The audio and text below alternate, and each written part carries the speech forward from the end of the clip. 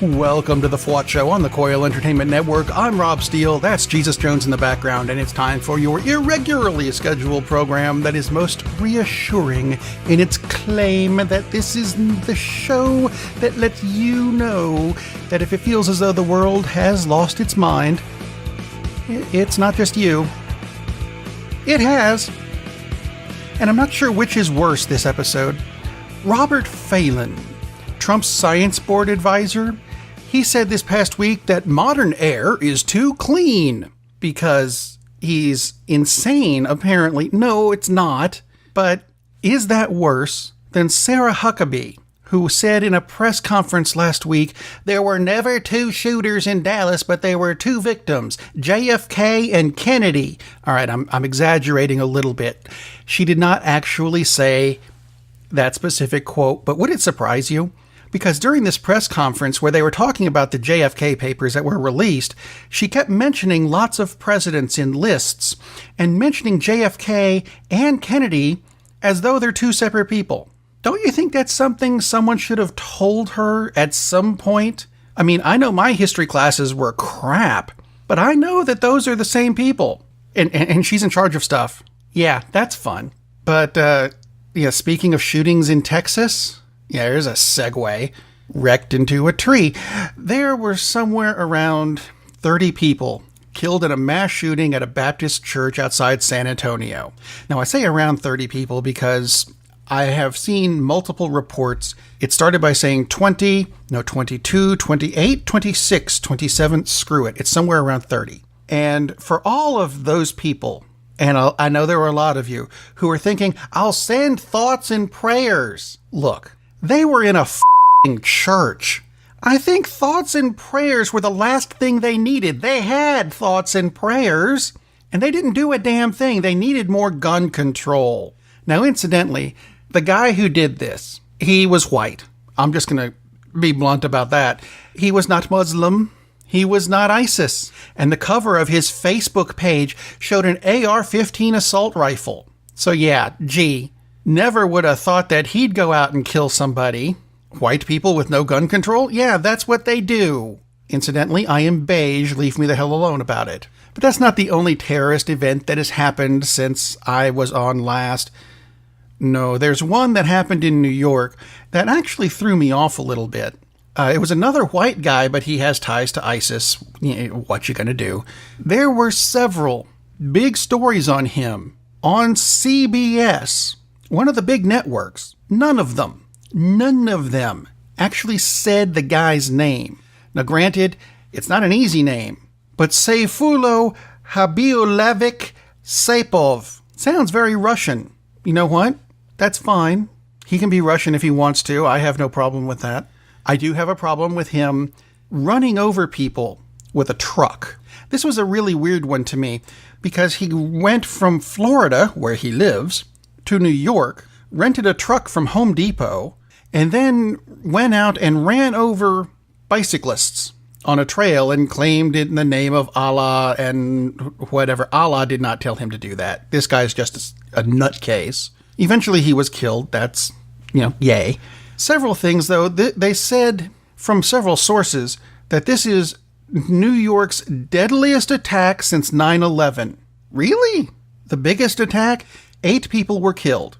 I live in a small town in Georgia. I mean small town. 3 minutes from one side to the other, small town. We recently had an automobile accident where 5 people were killed at the town's major intersection. And it took 8 for New York? Really? That's all it took? I suppose that's good for New York if they can keep it to that low. Good for them. Trump, because that goes along with accidents, said that what we need now is tighter borders. The guy came from Florida, jackass.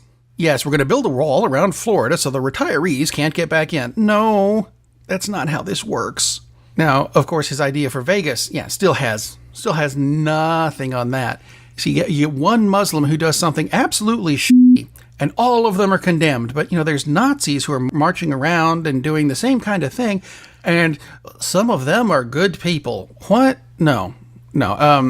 People are blaming Islam for this, and they're blaming immigration. The guy's from Florida, so let's go to war with whatever country he's from. Well, originally he's from Eastern Europe. East. Well, it's got East in it, so let's attack the Middle East. No, you don't attack the Middle East because the guy's from Eastern Europe. Different things. You'll notice no one is blaming Iowa for the guy in Vegas, by the way. Did you notice that? Now, the announcement came about this truck wreck, which happened on purpose, so it's not an accident, it's assholery. 8 people were killed on a bike trail. Now, I want you to look at this. Let's think for just a minute. One of the people was from Jersey. One's a New Yorker. One is a Belgian mom.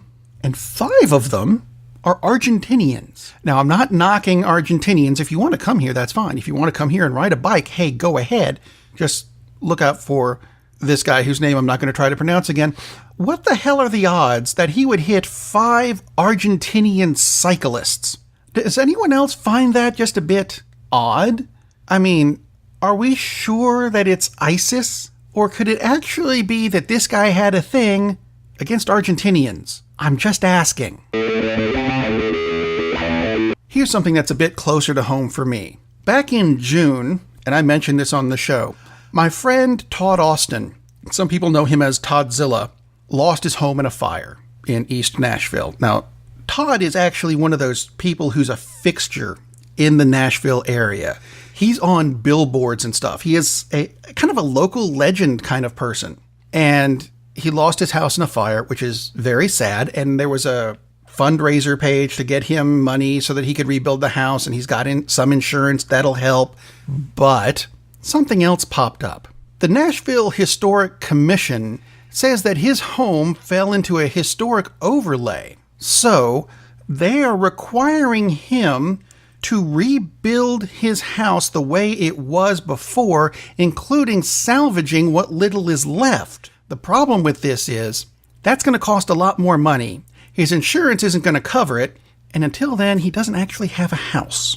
Now, there's a petition that I would actually like you to sign. I'm going to put a link on the website, thefwotshow.com. Go to this petition and sign this so that Todd can get his house rebuilt. Because, yes, keeping history is nice, but you know what? Making somebody homeless because you think, well, their house was close to a landmark. It wasn't the landmark. It was close to a landmark.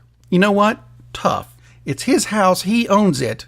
And Nashville should let him rebuild his damn house. So go to the FWOT Show website, click the link. It'll be at the top, and sign the petition. Let Toddzilla get his house back. Some weird headlines because, I haven't done this show in almost 2 weeks. Wow.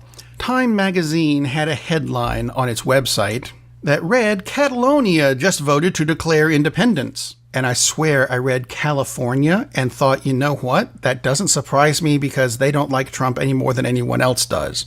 I'm wrong. It's Catalonia, but I read California. Screwed me up a bit.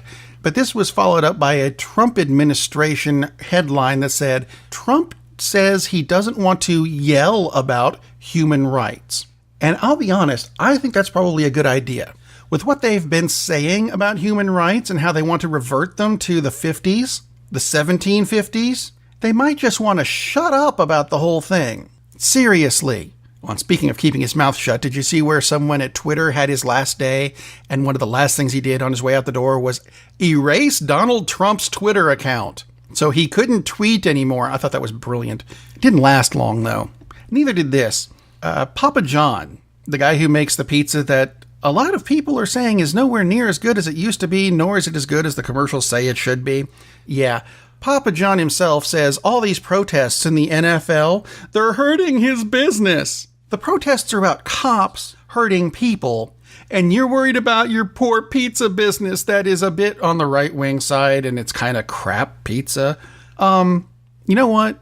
Shut up. That's just about as stupid as this headline that I saw on CNN, which I don't quite understand. The article is about cars and the future of cars. And the headline is, Why Japan May Be the World's Next Car Superpower. And I can't help but thinking, aren't they already? Between Toyota and Nissan and Lexus and all the other car companies that are in Japan, they make up some of the best-selling cars in the States. Honda's Japanese. All these cars come out of Japan. There are more Japanese cars on the road in America than there are American cars. Aren't they already a superpower? Isn't that kind of what that means? I'm just saying. It's an easy mistake to make, I suppose, if you don't think about it at all, ever, and no one proofreads you, because, Trump started the tradition. Anyway, there was a quote that came out from the Country Music Awards concerning the 51st Annual Country Music Awards, which are coming up on Wednesday, and I'm not going to watch them because I don't like country music.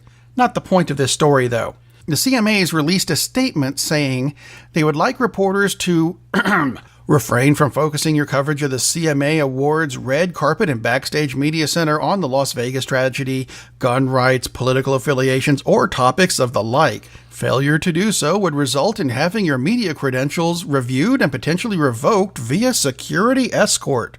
The problem with this is that kind of steps on the First Amendment thing, so they're allowed to talk about it, because, that's what people are talking about now, and what they should have been talking about for a long time now, so we could have gotten something done about it.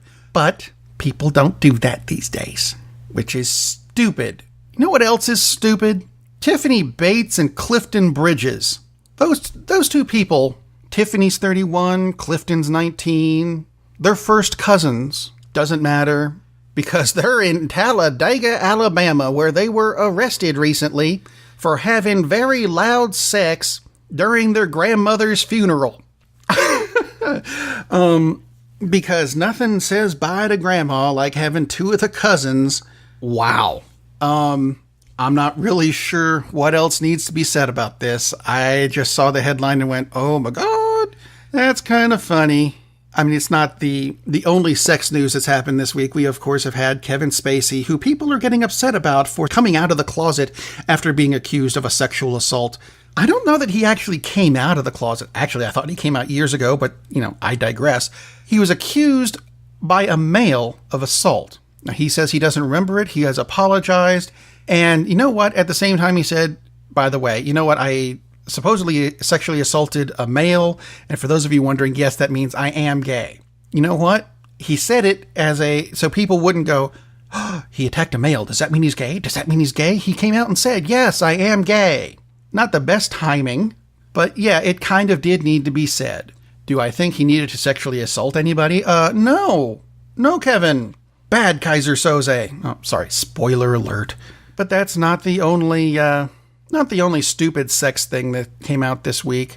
There was a Facebook headline that says, and I'll quote, Rick Perry suggests fossil fuels help present sexual ass. Wow. Perhaps you might want to reconsider having length restrictions on your headlines. What he actually said was he thinks that fossil fuels can help prevent sexual assault. Really? How? By pouring it on the assailant and setting them on fire? Because I think we all know it's fairly hard to maintain an erection when you're on fire. I guess. I mean, he's saying, yes, we can use the fossil fuels to light up areas better so there can't be sexual assault in the dark. You know what? Solar power works better for that. So does wind and hydrodynamic. Coal doesn't count. That just makes things darker all the time. Twit. There's actually another thing that came up this week in Texas, because that's where things like this come up, concerning a bathroom. Actually, it's a pair of bathrooms. On one bathroom, the men's room in this particular restaurant that decided to remain nameless, go figure, on the men's room, there's a picture of Bruce Jenner. On the women's bathroom, there was a picture of Caitlyn Jenner. Now, next to those doors are actually signs that say men's room, women's room, and that's the way it should be, but people were offended because there's pictures of a transgendered thing. Shut up. One's male, one's female. You can put the trans thing in there if you want to. It's not necessary. Frankly, I'll be honest, I am more offended that according to these signs, only the men's room is handicap equipped. Are there not handicapped women? Equality, damn it. Fix that. I got some weird news bits, and I'm not real sure where to put them. So I'm going to just kind of lump them all together. They have very little to do with each other, except maybe animals, I guess. An Ohio university called Youngstown State reportedly had 972 students, alumni, and community members gathered on the student campus this past weekend dressed as penguins, because that's the mascot of the school. The thing about it was it broke the Guinness World Record, which was previously 624 people dressed as penguins at a children's hospice in England in 2005. Who the hell keeps track of people dressed up as penguins? And can I have that job? It sounds like it might be fun. Just saying. Other weird news from the NBA, indirectly. It's not a sports story. Get over it. This past Friday night, the Oklahoma City Thunder were flying from Minneapolis to Chicago when their plane suffered some fairly serious damage. At 30,000 feet, their Boeing 757, which is a big plane, ran into something. No one knows what it is yet, but when they landed, their perfectly intact plane had a smashed-in nose cone. Like they ran, it looks like a hit and run, only at 30,000 feet. Radar shows nothing up there. Could it be a bird? Not this big. It looks like it was run into by a Toyota Corolla. I'm trying to give you the idea of the size of the dent in the front of this plane. No one knows what hit this plane, although Bill Nye the Science Guy has been asked to look into it by the team's center, Stephen Adams. Yeah, whatever. You know what? I don't think we're going to find out the answer to that one. Nor are we likely to find out why a 400-pound headless tuna was found outside Gloucester, Massachusetts. It wasn't found on a dock. It wasn't found, on a beach. It was found in the woods 3 miles from water. It's just a weird thing. If you have any leads, contact law enforcement. But if you have any questions about the show, contact me. Contact me through email, rob@thefwotshow.com. Go to the FWOT Show website, thefwotshow.com, and sign the petition to help Godzilla save his house. And then subscribe to the show on iTunes or through the Google Play Store. You know what? Go to the FWOT shop and get a hat or a t-shirt. Promote the show. Or even the Coil Entertainment Network, because there were stuff for that there too.